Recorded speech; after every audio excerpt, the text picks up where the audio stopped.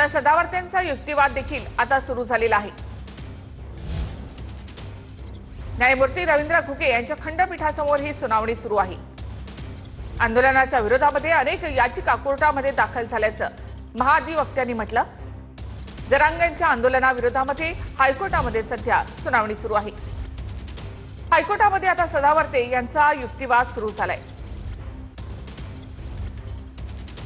तर जरांगे यांचं आंदोलन बेकायदेशीर आहे असं म्हणत ही याचिका दाखल करण्यात आली आहे आणि त्यावर ही तातडीची सुनावणी हायकोर्टामध्ये घेतली जात आहे।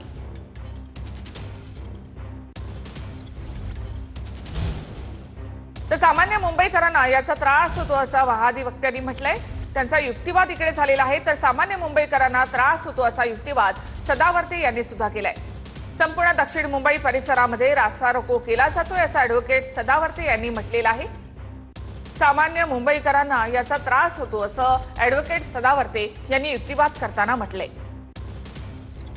जरांगे यांचं आंदोलन बेकायदेशीर असल्याचं म्हणत ही याचिका दाखल करण्यात आली आहे। त्यावर आता ॲडव्होकेट सदावर्ते यांचा युक्तिवाद सुरू आहे।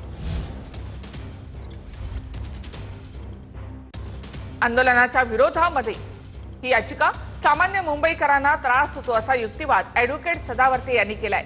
संपूर्ण दक्षिण मुंबई परिसरामध्ये रास्ता रोको केला जातोय असं महाधिवक्त्यांनी कोर्टाला सांगितलं। आंदोलनाच्या विरोधामध्ये अनेक याचिका कोर्टामध्ये दाखल झाल्याचं महाधिवक्त्यांनी सांगितलं आहे। जरांगे यांचं आंदोलन बेकायदेशीर असं म्हणत ही याचिका दाखल करण्यात आली। त्यावर सध्या हायकोर्टामध्ये सुनावणी सुरू आहे। तर जरांगेंच्या आंदोलनामध्ये अटी शर्तींचं उल्लंघन करण्यात आल्याचा दावा या ठिकाणी ॲडव्होकेट सदावर्ते यांनी केलेला आहे। सदावर्ते यांचा युक्तिवाद हायकोर्टामध्ये सुरू आहे। जरांगेंच्या आंदोलनामध्ये अटी शर्तींचं उल्लंघन करण्यात आलं असा दावा या ठिकाणी सदावर्ते यांनी केला। अधिक माहिती आपण घेऊयात कोर्टाच्या बाहेरून आमचे प्रतिनिधी अक्षय मंकणी यांच्याकडून। अक्षय, आणखी काय मुद्दे बाहेर येत आहेत?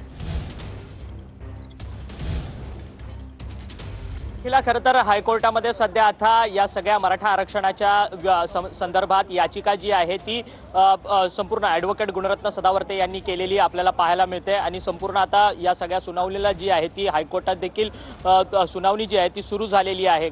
जे महाधिवक्ता आहे वीरेंद्र सराफ त्यांच्याकडनं सांगण्यात येत आहे की या सगळ्या आंदोलनामुळे त्रास जो आहे तो नाहक त्रास मुंबईकरांना होताना पाहायला मिळतो। सातत्याने ठिकठिकाणी मुंबईतले रस्ते जे आहेत ते अडवले जातात, त्या ठिकाणी ट्रॅफिक जामची समस्या देखील मोठ्या प्रमाणात उद्भवली जाते। अशा पद्धतीचा युक्तिवाद जो आहे तो या सगळ्या सुनावणीमध्ये राज्य सरकारकडनं वीरेंद्र सराफ जे आहेत ते त्यांच्याकडनं होताना पाहायला मिळत आहेत। प्रामुख्याने ही याचिका ज्यांनी टाकलेली आहे सदावर्ते, ते सध्या आता कोर्टामध्ये युक्तिवाद करताना आपल्याला पाहायला मिळते। लाखोंच्या संख्येने मराठा बांधव जो आहे तो मुंबईमध्ये आरक्षणाच्या मागणीकरता या ठिकाणी आंदोलन करताना पाहायला मिळतोय।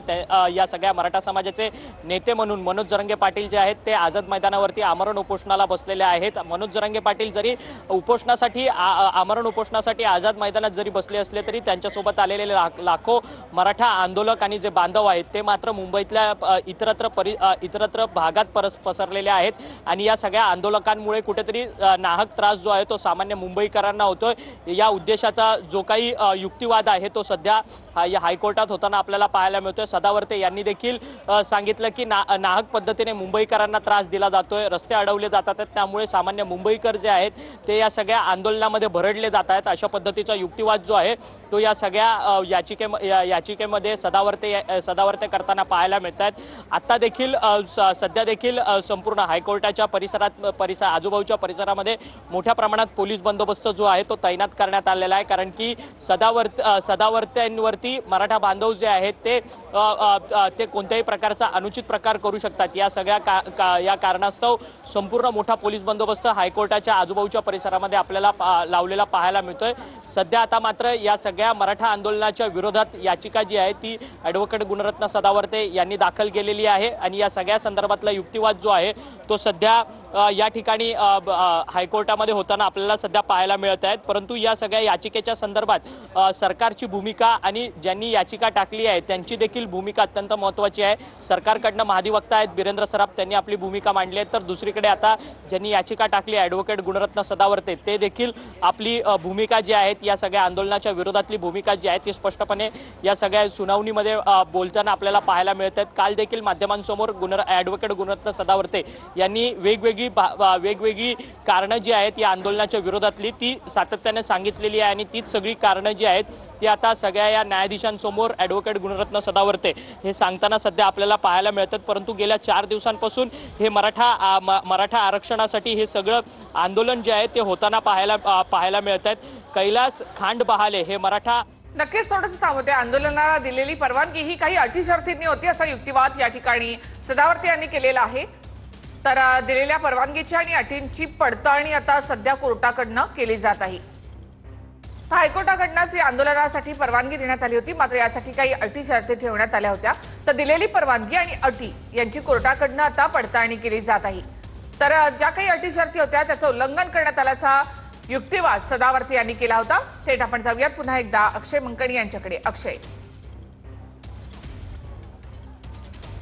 निखिला, नक्कीच मनोज जरंगे पाटील यांच्या आमरण उपोषणाला पोलिसांकडनं अर्थात पोलीस दलातल्या वरिष्ठ पोलीस अधिकाऱ्यांकडनं काही अटी शर्ती देऊन ही संपूर्ण परवानगी जी आहे ती देण्यात आलेली होती आणि हीच सगळी अटी शर्तीनुसार जी काही परवानगी मिळालेली होती ती सगळी परवानगी जी आहे ती आता पडताळणीचं काम जे आहे ते कोर्टाच्या माध्यमातून होताना पाहायला मिळत आहे। कारण की ज्यांनी याचिका टाकली ॲडव्होकेट गुणरत्न सदावर्ते ते मात्र या सगळ्या सुनावणी दरम्यान स्वतःची बाजू मांडताना सांगतात आहेत की ही सगळी जी काही परवानगी दिलेली होती अटी शर्तींसह ती सगळी अटी शर्ती ज्या आहेत त्या आंदोलकांनी मोडलेल्या आहेत आणि त्यामुळे हे मराठा आंदोलन जे आहे ते गैर पद्धतीने होतंय असा दावा जो आहे तो या सगळ्या याचिकेमध्ये ॲडव्होकेट गुणरत्न सदावर्ते यांच्याकडनं होताना पाहायला मिळतोय। आणि कैलास खंडा बहाले म्हणून एक मराठा आंदोलक आहेत, त्यांनी देखील या सगळ्या याचिकेमध्ये हस्तक्षेप याचिका जी आहे ती केलेली आहे। त्यामुळे आता मराठा समाजाची या सगळ्या याचिकेच्या संदर्भात काय बाजू असणार आहे हे त्यांचे वकील जे आहेत ते थोड्याच वेळात या सगळ्या याचिकेच्या सुनावणी दरम्यान आपली बाजू